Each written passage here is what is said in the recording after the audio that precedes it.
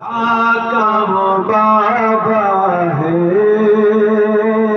حسنین کا نانا ہے تیرے زہر راہ پری پھیلائے ہوئی دامن بولے تو صحیح سبحان اللہ تیرے زہر راہ پری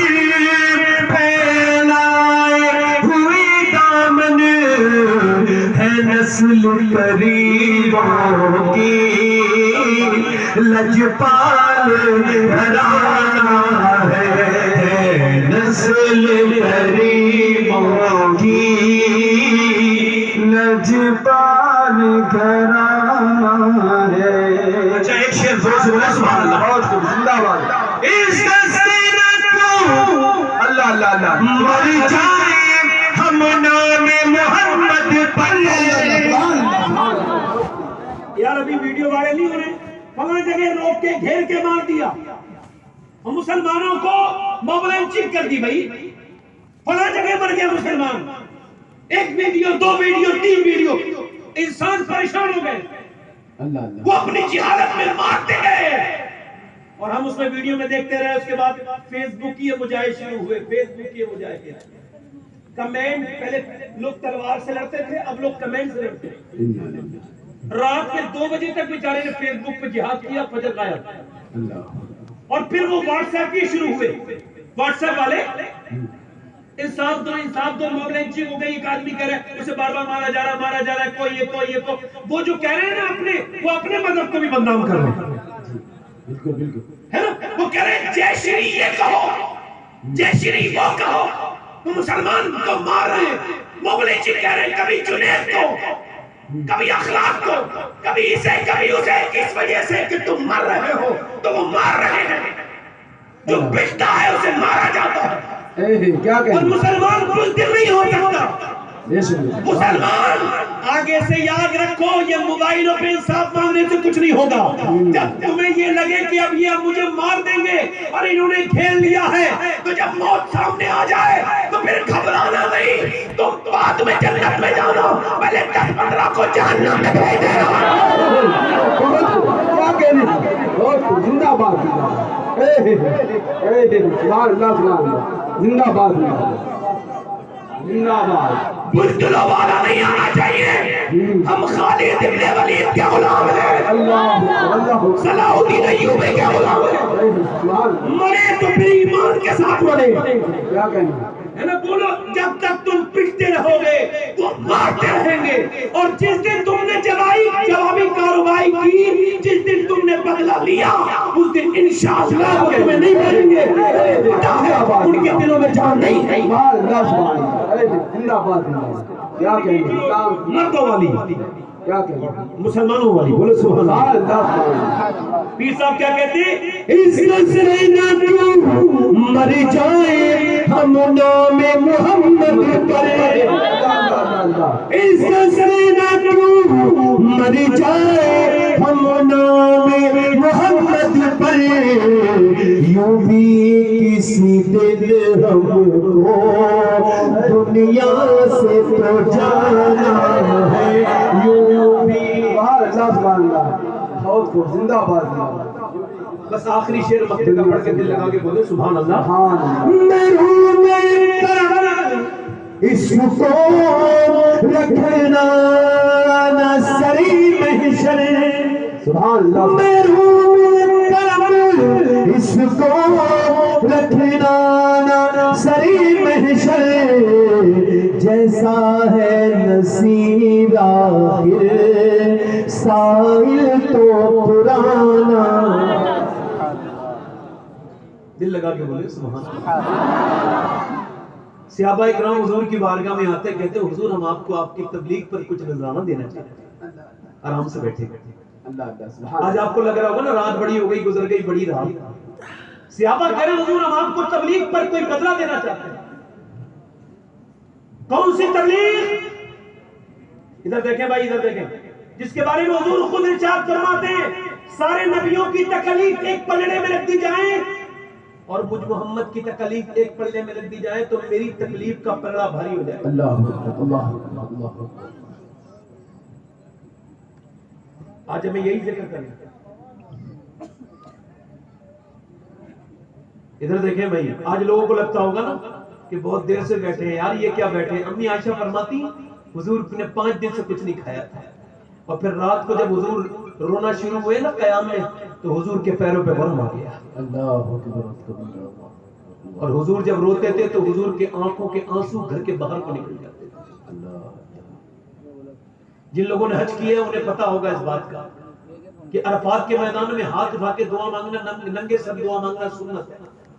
عرفات میں بغیر ٹوپی کے احرام میں ہوتا ہے، بندہ ٹوپی نہیں اڑے گا، ٹوپی اڑے گا دم واجب ہو جائے گا. تو ٹوپی کے بغیر دعا مانگنا، میں جب پہلی بار گیا تھا تو آدھا گھنٹے دعا مانگی. دوسری مرتبہ جب میں گیا تو میں نے 45 منٹ ہمت کر کے کوشش کر کے دعا مانگی، مگر میں تو بچ گیا، مطلب بے ہوش نہیں ہوا، مگر 2-3 لوگ بے ہوش ہو گئے. میں خیمے میں آ گیا. پھر ایک حدیث پڑھی کہ ہم سے 45 منٹ نہیں کھڑا ہوا گیا. مگر حضرت ابو ہریرہ فرماتے حضور نے جب آخری حج کے موقع پر امت کے لیے رو رو کے دعا مانگی تھی، فرماتے ہاتھ ایسے اٹھا لیے اور اٹھانے کے بعد حضور پھر رونے لگے اور روتے روتے پھر ہاتھ یہاں پہ لگا لیے، پھر سے سکنے لگے. اور 1 گھنٹہ نہیں، 2 گھنٹہ نہیں، 3 گھنٹہ نہیں، 4 گھنٹہ نہیں، بلکہ پورے 6 گھنٹے مسلسل ہم گنہگاروں کے لیے دعا مانگا. اللہ اکبر، اللہ اللہ.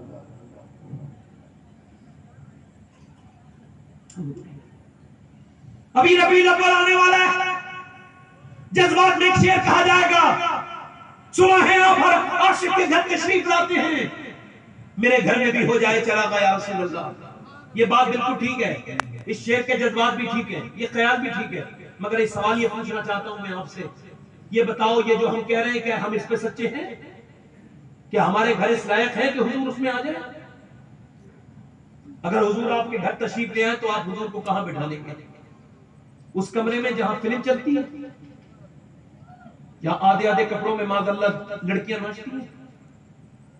اس کمرے میں بٹھا لیں گے جہاں آپ بیٹھ کر کے یوٹیوب پہ گانے دیکھتے ہیں، آدھی کپڑوں کی عورتوں کے ڈانس دیکھتے ہیں؟ یا اس کمرے میں بٹھا لیں گے جہاں باپ نوکر بنا ہوا ہے؟ یا اس کمرے میں بٹھا لیں گے جہاں ماں نوکرانی بن گئی؟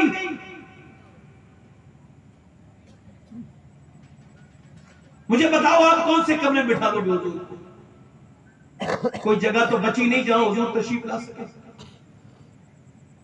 حضرت علی فرماتے ہیں میں نے اپنی آنکھوں سے بھی کبھی اپنی شرمگاہ نہیں دیکھی. کسی نے پوچھا یہ ناجائز تو نہیں؟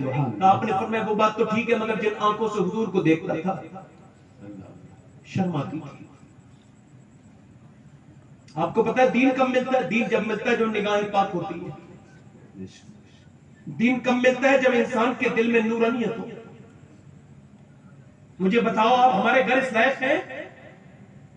ایک صاحب نے مجھے میں نے ایک جنازے کی نماز پڑھائی تو ایک صاحب کہنے لگے سید صاحب اس عورت کے لیے دعا کر دو. میں نے تو کی ہے دعا. کہنے لگے اسپیشل دعا کر دو. میں نے کیا ہوا؟ کہنے لگے بڑے دکھ سہے اس میں. میں نے بات بتاؤ کیا ہوا؟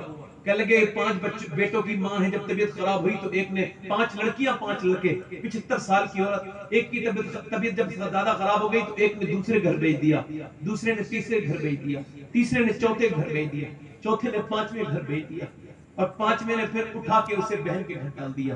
اور جب بہن کے گھر گیا تو بہنوئی بہن خدمت کر رہی تھی، لڑکی خدمت کرتی تھی، تو پھر اس کا داماد آ گیا، اس نے اسے دھکے مار کے کہا جب تیرے بیٹوں نے رکھا تو ہم کیا رکھیں گے؟ اور وہ بھی پھل والی لیڑی پہ اٹھا کے ایک سے دوسرے گھر، دوسرے 75 سال کی بوڑھی. اگر اسے پتا ہوتا یہ 5 لڑکے میرے جنہیں میں نے دودھ پلایا، جنہیں میں نے اتنا حق ان کے لیے کیا کہ میں نے خود گیلے میں سوئی، انہیں سوکے میں سلایا، اور میں نے اپنی نیندیں قربان کی بچوں کے لیے. 5 بچے بہت بڑی بات ہے، جب اولاد ہو جائے گی تو پتہ چلے گا. اگر اسے پتا ہوتا تو وہی گردن دبا دیتی کہ 5 لڑکوں نے ریڑی پہ اٹھا کے ماں کو ایک جگہ سے دوسری جگہ اللہ اکبر پھینکا. اور جب وہ اس کے داماد نے دیکھا تو کہنے لگا زمین اور لوگوں کو ملے گی، مکان ہم اپنے کیوں رکھیں؟ اس نے بھی دھکا مارا. جب اس نے دھکا مارا نا اللہ اکبر، وہ عورت انتقال کر گئی، دروازے پہ گرتے گرتے اس کا انتقال ہو گیا۔ بتاؤ جس گھر میں ماں کا یہ حال ہوتا ہو، باپ کو دھکے مار کے نکالا جا رہا ہو، جہاں باپ کی کوئی اہمیت نہ ہو، کیا وہ گھر حضور کو بلانے کے لائق ہے؟ بتاؤ جن گھروں کے دروازے جیتے جی بہنوں کو پر بند ہو گئے، اب وہاں بہنیں نہیں آتی، ماں کی نشانی ہوتی ہے بہن۔ اگر بہن نہیں آئے گی تو گھر میں برکتیں کہاں سے ہوں گی؟ اگر بہنیں نہیں آئیں گی تو بھائیوں سے پیار کون کرے گا؟ بتاؤ وہ گھر اس قابل بچے ہیں کہ ان میں حضور آئے؟ بتاؤ مجھے، بتاؤ ہم نے کیا کوئی چیز چھوڑی ہے ایسی؟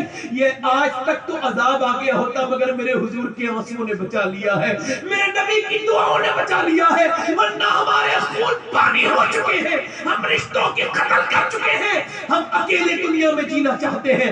جس دنیا میں تم اکیلا جینا چاہتے ہو وہ دنیا دنیا نہیں ہے، میاں جنت تو وہی گھر ہوتا ہے جس میں ماں کی یاد بہنیں بھی آیا کریں، ماں اگر زندہ ہو تو اس کی خدمت بھی کیا کریں۔